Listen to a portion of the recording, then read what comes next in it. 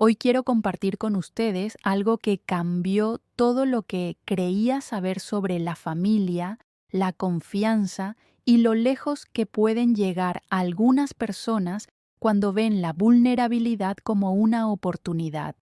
No es fácil hablar de esto, incluso ahora, años después de que sucediera, pero lo comparto porque lo que me pasó a mí les está pasando a otros adultos mayores todos los días, y el silencio solo protege a quienes hacen daño. Permítanme comenzar diciendo esto. Nunca imaginé que yo sería esa persona, esa de la que se lee en las noticias, el padre anciano del que se aprovecha su propio hijo, cuando tienes más de 70 años, cuando has construido una vida, criado hijos, trabajado duro y ahorrado con cuidado, crees que estás a salvo, crees que tu familia es tu red de seguridad. A veces, de forma devastadora, te equivocas. Antes de continuar, quiero saber tu opinión. ¿Alguna vez has tenido la incómoda sospecha de que alguien cercano a ti no estaba siendo sincero? Ese momento en el que algo no te cuadra, pero te convences a ti mismo de no confiar en tus instintos porque, seguramente, tu familia no te traicionaría. Tus experiencias son importantes y compartirlas en los comentarios crea una comunidad en la que podemos protegernos y apoyarnos mutuamente. Ahora, déjame contarte lo que pasó, cómo lo superé y por qué lo estoy contando. Todo empezó un jueves por la tarde a finales de septiembre. Había conducido hasta mi segunda casa, una casa junto al lago que mi marido y yo habíamos comprado 30 años antes.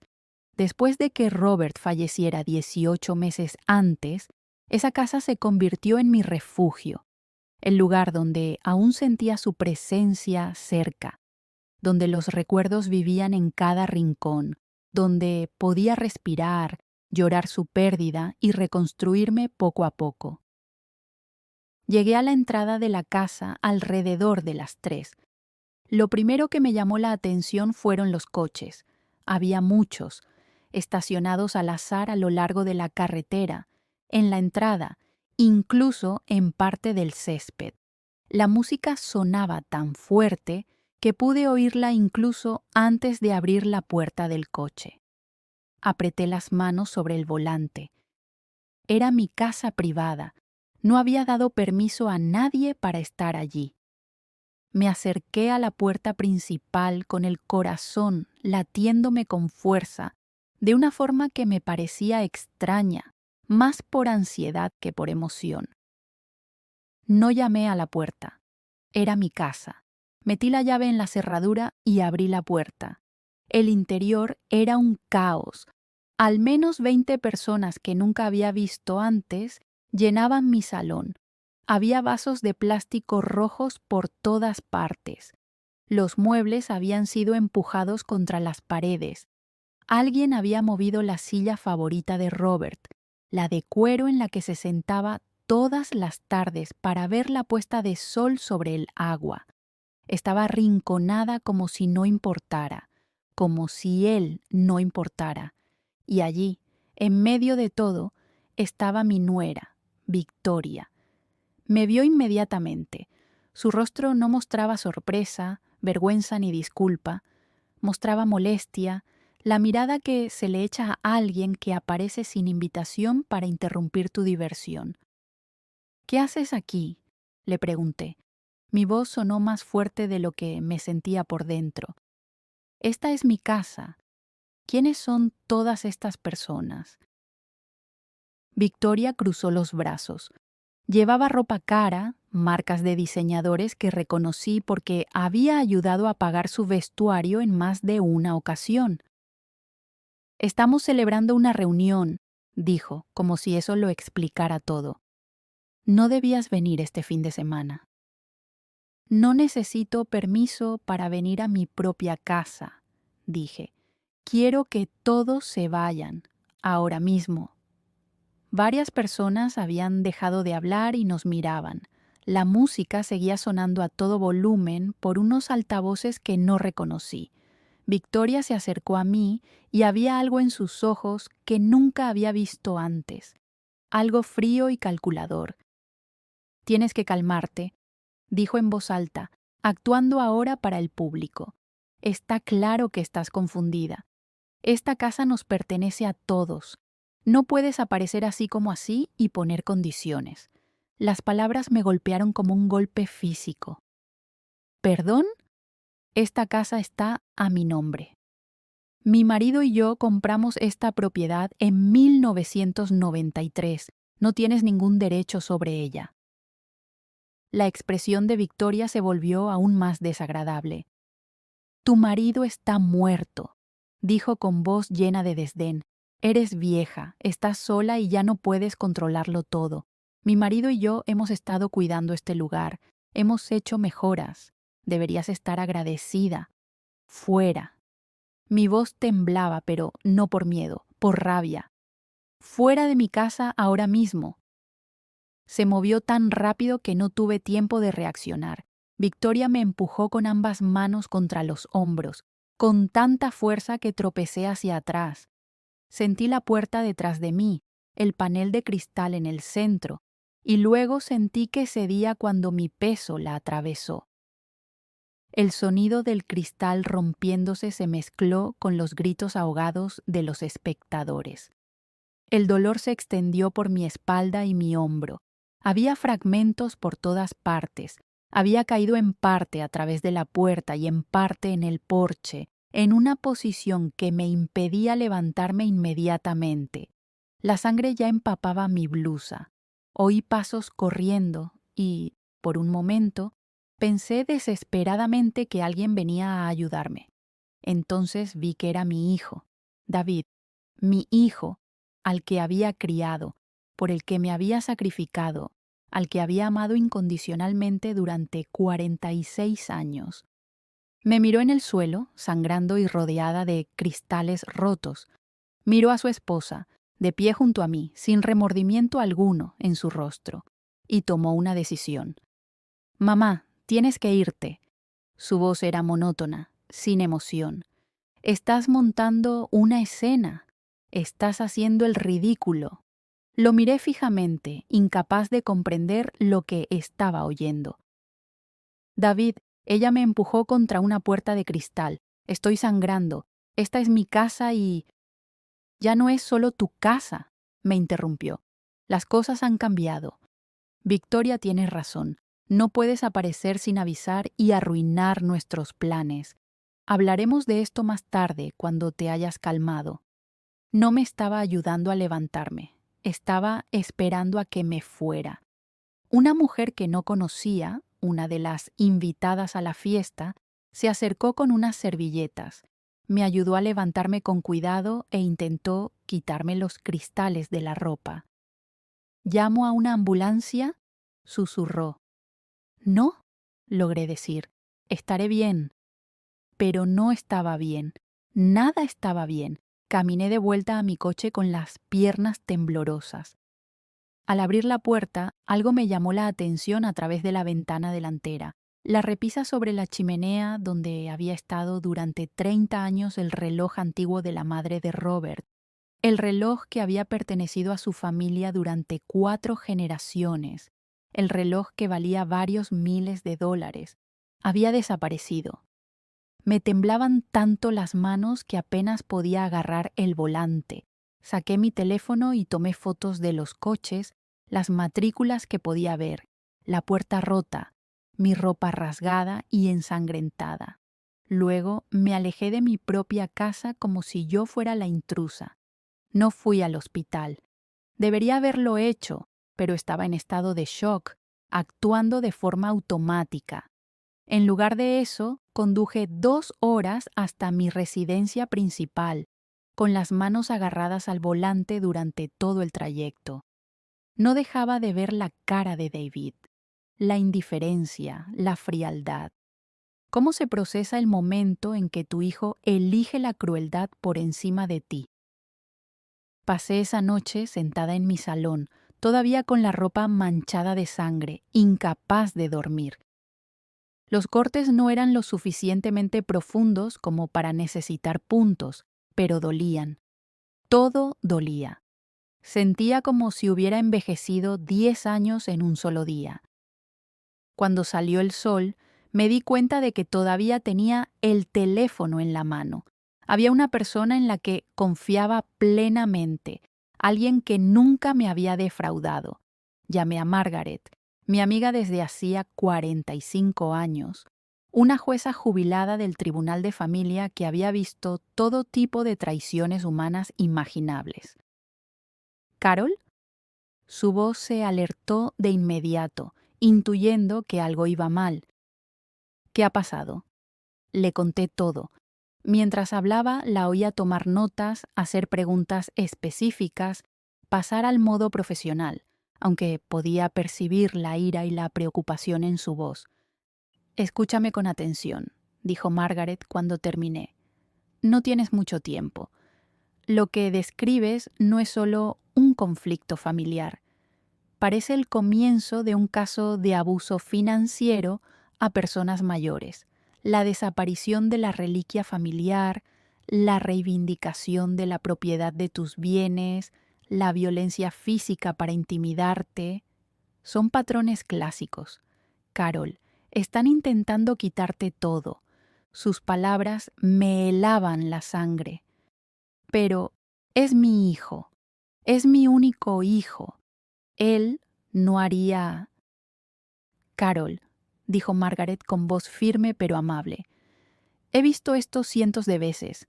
A veces, las personas que más nos hacen daño son aquellas a las que más hemos amado. Ahora mismo tienes que protegerte. Voy a llamar a alguien por ti. No tomes ninguna decisión. No hables con David ni con Victoria.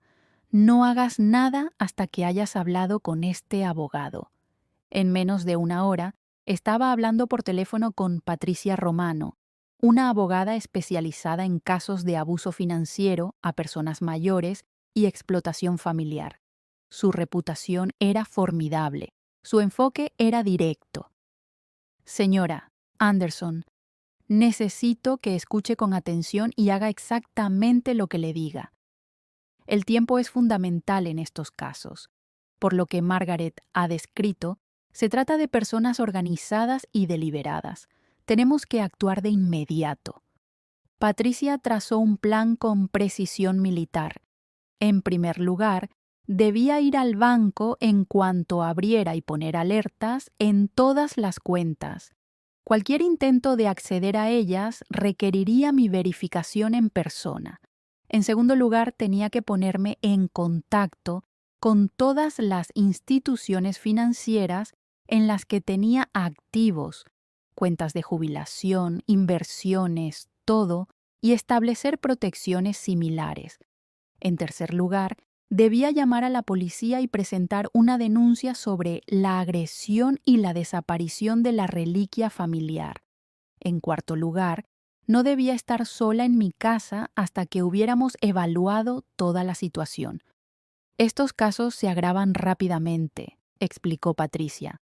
Si ya han recurrido a la violencia física, es porque están desesperados, o seguros de sí mismos, o ambas cosas. Debemos asumir que no han terminado. Tenía razón.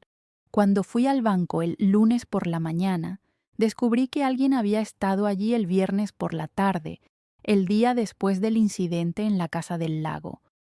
Una mujer que coincidía con la descripción de Victoria había intentado presentar documentos en los que reclamaba la representación legal de mis cuentas. El banco había rechazado la solicitud porque los documentos parecían sospechosos, pero habían hecho copias. Cuando Patricia los vio, apretó la mandíbula. Son falsificaciones, dijo. Son buenas, pero no dejan de ser falsificaciones. Esto significa que llevan tiempo planeándolo. No se pueden falsificar documentos legales de la noche a la mañana. Mi compañía de seguros reveló algo aún más inquietante. 2 semanas antes, alguien había llamado fingiendo ser yo y había solicitado que se cambiaran los beneficiarios de mis pólizas de seguro de vida. El valor total era considerable, casi $400,000. El agente había enviado la documentación a mi dirección para que la firmara, pero yo nunca la había recibido. Victoria y David tenían una llave de mi casa del lago. Probablemente habían interceptado mi correo allí. Patricia actuó con rapidez. En 3 días conseguimos una orden de alejamiento que impedía a Victoria y David acercarse a menos de 150 metros de cualquiera de mis propiedades o de mis entidades financieras. Presentamos denuncias ante los servicios de protección de adultos, documentamos la agresión y comenzamos el proceso de elaboración de un caso completo. Fue entonces cuando Victoria contraatacó. Lanzó una campaña pública calculada, publicando en las redes sociales y diciendo a todo el que quisiera escucharle que yo era mentalmente inestable, que me había vuelto confusa y paranoica tras la muerte de mi marido, que la había agredido en la casa del lago, y me había lesionado a mí misma en mi confusión, y que ella y David estaban desconsolados por intentar ayudar a una madre que rechazaba sus cuidados. Las publicaciones eran persuasivas. Incluyó fotos de sí misma con aspecto preocupado y lloroso. Compartió mensajes de texto en los que me preguntaba por mi bienestar, mensajes cuidadosamente redactados para que ella pareciera cariñosa y yo problemática. Incluso insinuó que podría tener demencia. Varias personas que conocía desde hacía años me llamaron, con voz cautelosa y preocupada.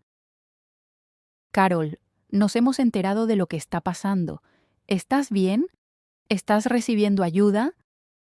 El mensaje implícito era claro. Creían que estaba perdiendo la cabeza. Fue devastador. Victoria estaba destruyendo mi credibilidad, presentándome como el problema, mientras continuaba con el plan que había iniciado. Esto es lo que hacen los abusadores. Controlan la narrativa antes de que la verdad salga a la luz. Pero Patricia ya había visto esta táctica antes. Las personas como Victoria subestiman 2 cosas, me dijo. Subestiman la cantidad de pruebas que dejan atrás cuando son arrogantes y subestiman lo decidida que puede ser una persona cuando lucha por su vida y su legado. Contrató a una investigadora privada, una mujer llamada Sandra, que se especializaba en casos de explotación financiera. Sandra era minuciosa, metódica y absolutamente implacable. Lo que Sandra descubrió fue asombroso. David y Victoria estaban ahogados en deudas, casi $200,000 en cargos de tarjetas de crédito, una segunda hipoteca sobre su casa que estaba bajo el agua y varios negocios fallidos. Necesitaban dinero desesperadamente, mi dinero. Sandra encontró mensajes de texto que Victoria había dejado descuidadamente sin proteger en una tableta compartida. Mensajes a David en los que discutían cuánto valían mis propiedades, cómo podían convencerme para que firmara un poder notarial, cómo estarían arreglados de por vida una vez que tuvieran acceso a mis activos. Había mensajes sobre el reloj antiguo. Victoria ya lo había vendido a un comerciante por $6,000, una fracción de su valor real, porque necesitaba dinero en efectivo rápidamente. Lo más condenatorio eran los mensajes en los que discutían cómo podían declararme incompetente. Victoria había escrito: «Una vez que consigamos que la declaren incapacitada, todo será nuestro. Solo tenemos que documentar su confusión. Me aseguraré de que haya testigos. La fiesta en mi casa del lago no había sido espontánea. Había sido montada. Victoria quería que los testigos me vieran actuando de forma irracional para poder construir su caso de que yo era mentalmente inestable. Pero Sandra encontró algo más, algo que me rompió el corazón, aunque reforzó nuestro caso. En las semanas previas a la muerte de Robert, Antes de que su enfermedad le impidiera hablar con claridad, aparentemente había intuido que algo iba mal. Se lo había confiado a su abogado de toda la vida, expresándole su preocupación por la influencia de Victoria sobre David y por lo que me pasaría a mí cuando él ya no estuviera. El abogado había tomado notas de sus conversaciones. Robert había dado instrucciones específicas para que se guardaran ciertos documentos y había grabado un vídeo en el que afirmaba mi competencia mental y expresaba su preocupación por la manipulación financiera. El abogado lo había guardado a la espera de ver si alguna vez sería necesario. Ahora era necesario. Mientras tanto, Sandra descubrió que Victoria y David habían hecho algo más que llevarse el reloj. Habían estado utilizando la casa del lago con regularidad durante meses, dañando la propiedad en el proceso. Un vecino que había guardado silencio finalmente se presentó después de ver la orden de alejamiento presentada, proporcionando fotos de los daños y llevando un registro de sus visitas: alfombras manchadas, muebles rotos, una ventana rota. Habían estado utilizando mi santuario como si fuera su lugar de fiesta personal, sin respetar la propiedad ni los recuerdos que contenía. Patricia recopiló todo en un expediente completo. Íbamos a ir a juicio y estábamos armados con la verdad. Antes de la vista, Patricia y yo, acompañadas por un ayudante del sheriff, volvimos a la casa del lago. Era la primera vez que volvía desde aquel horrible jueves. La casa estaba ahora vacía, pero las pruebas de su desprecio estaban por todas partes. Basura, daños, desorden. Estábamos documentándolo todo cuando se me ocurrió comprobar algo. Robert había instalado una pequeña caja fuerte en el fondo de su armario, escondida detrás de una pared falsa. Casi nadie sabía que existía. Yo misma casi lo había olvidado en medio del caos del dolor y todo lo que siguió. Seguía allí. No lo habían encontrado. Dentro había documentos familiares, títulos, escrituras, nuestro certificado de matrimonio, certificados de nacimiento, los registros médicos de Robert, y allí, en el fondo, había una memoria USB con una etiqueta escrita a mano. Para Carol. Para mantenerte a salvo. Me temblaban las manos mientras Patricia me ayudaba a encender el portátil. Insertamos el pendrive. Contenía un archivo de vídeo con fecha de 3 meses antes de la muerte de Robert. Su rostro apareció en la pantalla, más delgado de lo que recordaba, pero con los ojos claros y penetrantes. Se me cortó la respiración. Carol, mi amor, si estás viendo esto es que algo ha salido mal. Rezo para que nunca tengas que verlo, pero necesito asegurarme de que estás protegida. Su voz era débil, pero firme. Me preocupan David y Victoria. He notado cambios en cómo te hablan, en cómo miran nuestras cosas. Les he oído hablar de nuestros bienes de una forma que me inquieta profundamente. Quiero dejar claro, mientras estoy en pleno uso de mis facultades mentales, que tú eres mi única heredera y beneficiaria. Eres plenamente capaz de gestionar nuestros asuntos. No necesitas la supervisión ni la gestión de nadie. Si alguien afirma lo contrario, miente y está intentando robarte. Continuó durante 10 minutos más, exponiendo metódicamente sus preocupaciones, sus observaciones y sus deseos explícitos de que yo mantuviera el control total de todo lo que habíamos construido juntos. Expresó su amor por David, pero también su profunda preocupación por la influencia de Victoria. Documentó fechas, conversaciones e incidentes específicos que habían despertado sus inquietudes. No dejes que te quiten lo que hemos construido, Carol, dijo al final. Te has ganado cada pedacito de seguridad que tenemos. Te mereces paz y dignidad. Lucha por ti misma, mi amor. Lucha como sé que puedes hacerlo. Eres mucho más fuerte de lo que crees. El vídeo terminó. Me quedé allí sentada llorando con la mano de Patricia sobre mi hombro. Aunque ya no estaba, Robert seguía protegiéndome. Él lo sabía. Había visto lo que yo, por ser demasiado confiada, no había visto. Hicimos varias copias de ese vídeo inmediatamente. La vista judicial se fijó para un martes por la mañana de noviembre. Patricia lo había preparado todo meticulosamente. Sandra lo había documentado todo. Teníamos pruebas, testigos, registros financieros, el vídeo, los documentos falsificados, los mensajes de texto, todo. Victoria y David llegaron con su propio abogado, un hombre especializado en casos de tutela y curatela. Era evidente que habían planeado declararme incompetente y nombrar a David mi tutor, dándole control legal sobre mí y sobre todo lo que poseía. Incluso habían traído a un testigo experto, un psicólogo que nunca me había visto, pero que estaba preparado para testificar sobre mi supuesto deterioro cognitivo, basándose únicamente en las descripciones que Victoria había hecho de mi comportamiento. La audiencia duró 6 horas. Fue brutal y agotadora. Victoria testificó con lágrimas en los ojos, describiendo su preocupación por mí, su dolor por mi confusión, su miedo a que me estuviera poniendo en peligro. Era convincente. Si no hubiera sabido la verdad, yo misma la habría creído.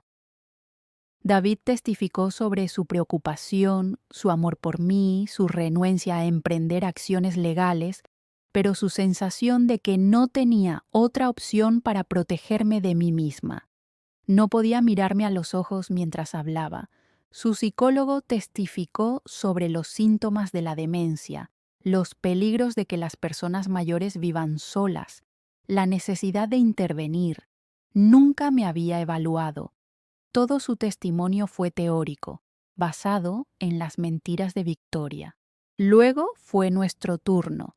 Patricia presentó metódicamente las pruebas, los documentos falsificados del poder notarial, los intentos de cambio de beneficiarios, la reliquia familiar robada y el recibo de su venta, los mensajes de texto en los que se discutía cómo acceder a mi dinero, los mensajes sobre cómo declararme incompetente como medio para alcanzar un fin, los daños documentados a mi propiedad, la agresión capturada en mis fotos de las lesiones. Llamó a los testigos. El empleado del banco que había rechazado los documentos falsificados, el agente de seguros que había sospechado de la solicitud de cambio de beneficiario, el vecino que había documentado los daños a la propiedad, Margaret, que testificó sobre mi lucidez mental y nuestras décadas de amistad.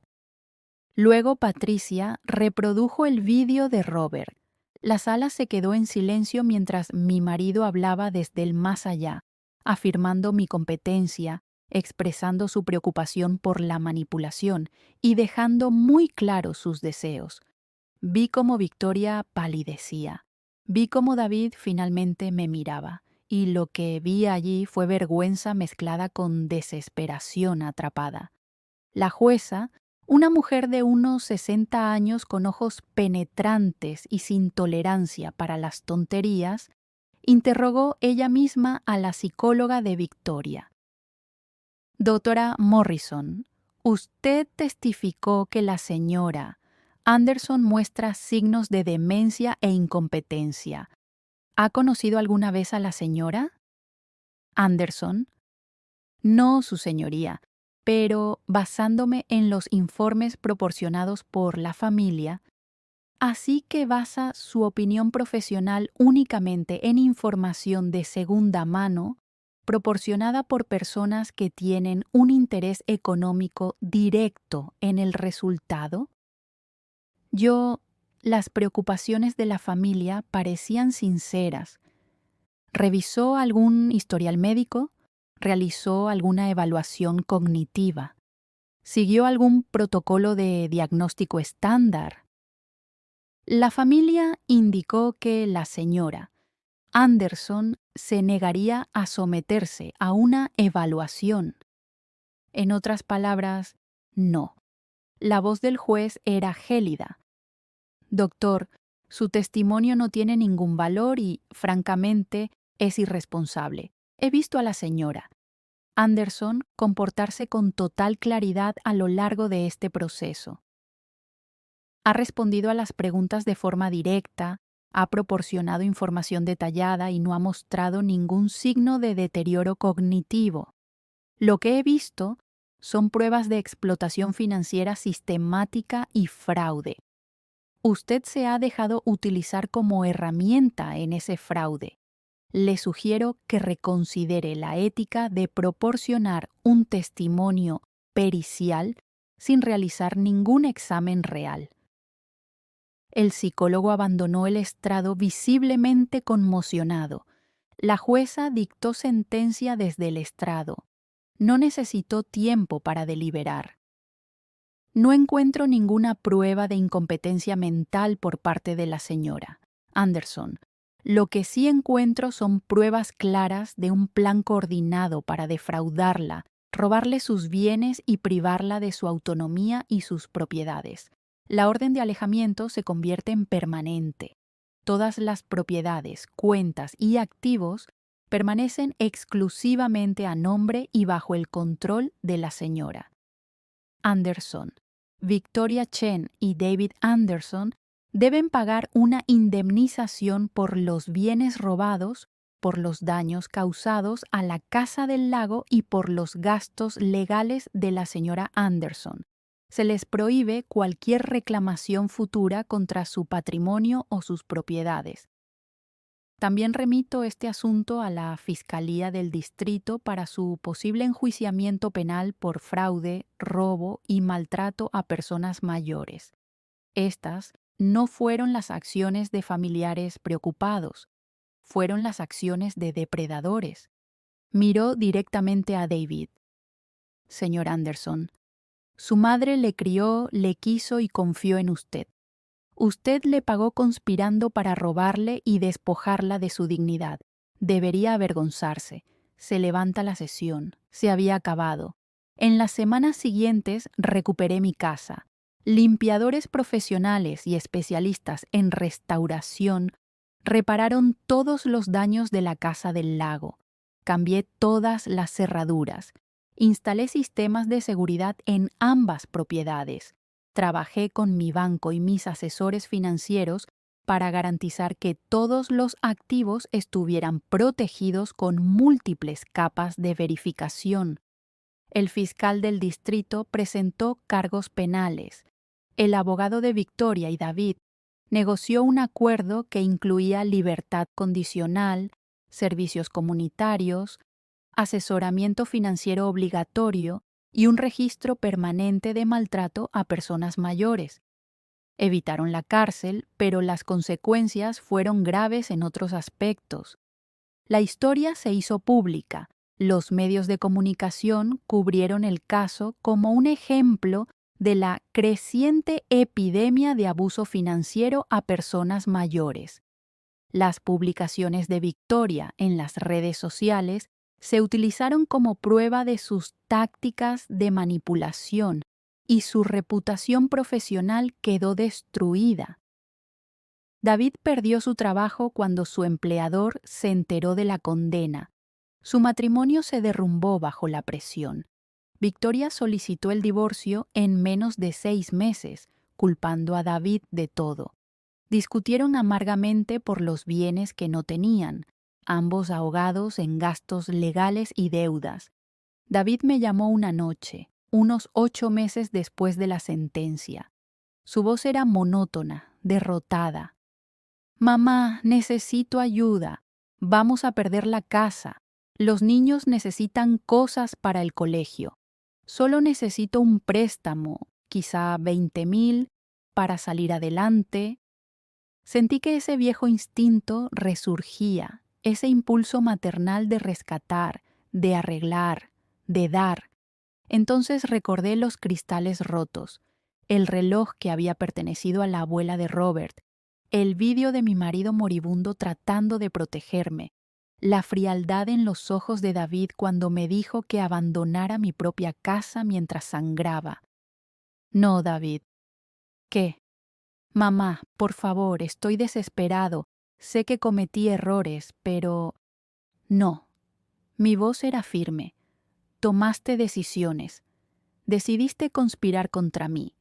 Decidiste ponerte del lado de alguien que intentaba robarme todo lo que tenía. Decidiste ver cómo tu esposa me empujaba contra una puerta de cristal y me decía que me fuera. Eso no fueron errores, David.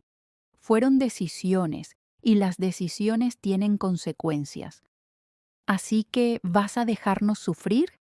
¿Vas a dejar que tus nietos sufran? Voy a dejar que descubráis cómo asumir vuestras propias responsabilidades. Igual que yo, siempre he tenido que descubrir las cosas. Vuestros nietos tienen 2 padres. Es hora de que ambos aprendáis lo que significa valerse por sí mismo. Te quiero, David, pero no voy a financiar la vida de alguien que intentó destruir la mía. Adiós. Colgué. No volvió a llamar. Pero alguien más lo hizo, tímidamente, meses después. Mi nieta Emma, que tenía 17 años. Estaba en la universidad cuando ocurrió todo. Había escuchado a ambas partes y quería entender. Quedé con ella para tomar un café, supervisada por una tercera persona recomendada por Patricia. Emma lloró cuando me vio. Se disculpó por no haberme contactado antes, por no saber qué decir. Es que no puedo creer que mi madre hiciera esas cosas, dijo. Los mensajes que mostraron en el juicio, nunca había visto ese lado de ella, y papá simplemente lo aceptó. ¿Cómo pudieron hacerte eso? El miedo y la desesperación hacen que la gente haga cosas terribles, le dije. Tus padres tomaron decisiones muy equivocadas, pero tú no eres responsable de sus decisiones, Emma. Tú eres una persona independiente. Empezamos a reconstruir una relación cautelosa según mis condiciones, con límites bien establecidos. Emma era inocente en todo esto, y yo no iba a castigarla por los pecados de sus padres. Pero la confianza, una vez que se rompe, tarda años en reconstruirse y algunas grietas nunca desaparecen del todo. Hice otra cosa con el dinero por el que había luchado para conservar. Vendí algunas propiedades e inversiones que ya no necesitaba, cosas que eran más una carga que una bendición. Con esos fondos, creé una fundación dedicada a la prevención y la educación sobre el abuso financiero de las personas mayores. Proporcionamos asistencia jurídica a las víctimas, llevamos a cabo programas educativos, formamos a las instituciones financieras para que reconozcan la explotación y abogamos por una mayor protección jurídica. La fundación lleva el nombre de Robert y nuestra historia es el centro de su misión. Ahora hablo en público, compartiendo lo que me pasó, cómo luché y cómo otros pueden protegerse. No es fácil compartir detalles tan dolorosos, admitir que mi propio hijo intentó robarme la vida, pero cada vez que alguien se me acerca después de una presentación y me dice, acabas de describir lo que le está pasando a mi madre, o creo que me están atacando y ahora sé qué hacer, sé que vale la pena. Por eso comparto esto con ustedes ahora. Porque el abuso financiero de personas mayores es una epidemia. Las víctimas suelen estar aisladas, ya están de duelo y son vulnerables, de formas que no reconocen hasta que es demasiado tarde. Los autores suelen ser familiares que racionalizan su robo como algo justificado, que se convencen a sí mismos de que merecen el dinero más que la persona que lo ganó. Las señales de alerta suelen ser sutiles al principio, familiares que muestran un interés inusual en asuntos financieros, solicitudes inesperadas para ser añadidos a cuentas o escrituras, presión para firmar documentos rápidamente sin revisión legal, aislamiento de otros familiares o amigos que podrían hacer preguntas, objetos desaparecidos, facturas impagadas a pesar de disponer de fondos suficientes, cambios en los beneficiarios sin una explicación clara. Si ves estas señales, confía en tu instinto. Si algo te parece raro, probablemente lo sea. No deje que el miedo o la lealtad familiar silencien esa voz interior que le advierte de que algo no está bien. Esto es lo que debe hacer si sospecha que es objeto de un fraude. En primer lugar, documente todo. Guarde registros, haga fotos, guarde correos electrónicos y mensajes de texto, lleve un diario de los incidentes preocupantes. Las pruebas son su protección. En segundo lugar, proteja sus activos inmediatamente. Avise a su banco, a sus instituciones financieras, a su abogado. Ponga en marcha medidas de protección antes de que alguien pueda acceder a lo que es suyo.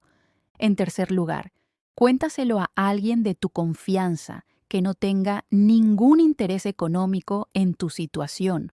Un amigo, un miembro del clero, un abogado, alguien que pueda ser objetivo y ayudarte a pensar con claridad. En cuarto lugar, no dejes que la culpa o la presión familiar te impidan protegerte. Tu seguridad financiera no es egoísta, es tu derecho. Te lo has ganado. Te mereces controlarlo. En quinto lugar, recuerda que hay ayuda legal disponible. Los abogados especializados en derecho de la tercera edad, los servicios de protección de adultos y organizaciones como la fundación que creamos, existen específicamente para ayudar a las personas en estas situaciones. Quiero que entiendas algo crucial. Lo que me pasó a mí le puede pasar a cualquiera. La inteligencia, la educación, la riqueza. Nada de eso te hace inmune. Los agresores cuentan con que te darás demasiada vergüenza para denunciarlo, que estarás demasiado confundido por su manipulación psicológica como para confiar en tus propias percepciones, que te sentirás demasiado culpable por lealtad familiar como para defenderte. Han pasado 3 años desde aquel horrible jueves en la casa del lago. Ahora soy más fuerte, aunque todavía hay momentos en los que la traición se siente fresca y aguda. He reconstruido mi vida en torno a un propósito, en lugar de en torno a las conexiones familiares que eran huecas. He encontrado sentido en la defensa y en ayudar a otros a evitar lo que yo sufrí. Hace unos 6 meses, David se puso en contacto conmigo de nuevo. Esta vez no era para pedirme dinero. Era una carta, escrita a mano, que llegó sin remitente. Había estado en terapia. Escribía. Había estado trabajando para comprender cómo había permitido que Victoria lo manipulase, cómo su propia debilidad y desesperación económica lo habían llevado a traicionar a su madre. Expresaba remordimiento real, sin excusas ni justificaciones. No pedía nada, salvo la posibilidad de que algún día, tal vez, yo pudiera perdonarlo. No te voy a mentir. Esa carta abrió algo en mí que había mantenido cuidadosamente sellado. Lloré durante horas después de leerla, por el hijo que creía tener, por la relación que habíamos perdido, por todos los años que nunca recuperaríamos. Le respondí. Una página, cuidadosa y mesurada. Le dije que apreciaba su honestidad y su responsabilidad. Le dije que el perdón sería un proceso largo, no algo instantáneo. Le dije que si quería empezar a reconstruir cualquier tipo de relación, sería en mis términos, con límites firmes, y que la confianza tendría que ganársela poco a poco a lo largo de los años, si es que podía ganársela. Nos hemos visto 2 veces desde entonces, ambas en lugares públicos, ambas breves. Las conversaciones son incómodas, cargadas de historia y dolor. David es diferente ahora, más viejo, desgastado por las consecuencias, humilde de una forma que nunca había visto antes. No sé si volveremos a tener alguna vez algo parecido a una relación real. Ni siquiera sé si quiero eso, pero he decidido que aferrarme a la ira para siempre solo me envenena a mí, no a él, y que un contacto limitado, con límites estrictos, podría ser posible con el tiempo. Emma sigue formando parte de mi vida con regularidad. Tiene 20 y tantos años, está construyendo su propia carrera y está decidida a no parecerse en nada a sus padres. Almorzamos juntas una vez al mes, hablamos por teléfono y estamos reconstruyendo cuidadosamente nuestra relación. Ella me da la esperanza de que no todo se destruyó, de que algo bueno sobrevivió a los escombros. En cuanto a Victoria, sé muy poco sobre su vida actual. Se mudó a otro estado, cambió de nombre e intentó empezar de nuevo. Sin embargo, la condena la persigue. Cuando buscas su nombre en Google, aparecen las noticias. Las consecuencias son permanentes en la era digital. La casa del lago es mía de nuevo, completamente mía, limpia, restaurada y segura. Voy allí a menudo, a veces sola, a veces con Emma, a veces con amigos que he hecho a través de la fundación. Los recuerdos de Robert siguen ahí, ya no mancillados por lo que hicieron Victoria y David. He recuperado ese espacio y vuelve a ser un santuario. He aprendido cosas sobre mí misma a través de todo esto. He aprendido que soy más fuerte de lo que creía. He aprendido que establecer límites no es crueldad, es respeto por una misma. He aprendido que protegerse a una misma no te convierte en una persona sin corazón, te hace sabia. He aprendido que la familia es un verbo, no un sustantivo. Es lo que hacen las personas, no solo quiénes son por sangre. Y lo más importante, he aprendido que mi historia puede ayudar a otros. Cada vez que hablo en una conferencia, cada vez que alguien lee sobre la fundación, cada vez que una institución financiera implementa nuevos protocolos de protección, gracias a lo que enseñamos, el legado de Robert crece. El daño que intentaron causarme se ha transformado en una herramienta que protege a miles de personas. Así que quiero saber, ¿te ha resonado esto? ¿Has experimentado presión financiera por parte de miembros de tu familia? ¿Te preocupa que un ser querido sea explotado? ¿Hay medidas de protección que debas tomar? Comparte tus pensamientos, tus experiencias, tus preguntas. Esta comunidad se basa en la sabiduría compartida y el apoyo mutuo. Tu historia podría ser exactamente lo que otra persona necesita escuchar para tomar medidas. Si esta información te ha resultado útil, compártela ampliamente. Etiqueta a alguien que trabaje con personas mayores. Envíala a tus padres o abuelos. Públicala donde puedan encontrarla las personas que necesitan verla. El conocimiento es la mejor defensa contra la explotación. Considera la posibilidad de seguir el trabajo de nuestra fundación y apoyar a las organizaciones que protegen a los adultos vulnerables. Los recursos están ahí. La ayuda existe. Solo tienes que buscarla. Recuerde, tiene derecho a proteger lo que es suyo. Tiene derecho a decir que no. Tiene derecho a establecer límites con cualquier persona, incluida la familia. Tiene derecho a una vida digna y segura. Esos derechos no desaparecen porque esté envejeciendo. No desaparecen porque alguien afirme que le quiere mientras le hace daño. Son suyos, siempre. Su seguridad financiera es importante. Su autonomía es importante. Tu paz importa.